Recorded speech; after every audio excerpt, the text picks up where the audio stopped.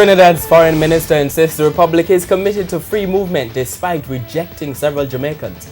Good evening and welcome to Primetime News on air and online at onespotmedia.com. I'm Archibald Gordon. And I'm Janella Precious. Also this evening, 8-year-old and 2 others killed in fire. Family claims cops killed mentally ill man. CDA raises concern about bullying in Jamaican schools. And at the Business Day, the latest petrol prices. There's also the health report, sports commentary and weather in this newscast. But before the break, the feedback question. Are complaints of bullying taken seriously in Jamaican schools? You can share your comments online, facebook.com/televisionjamaica, and send us your tweets to @televisionjam.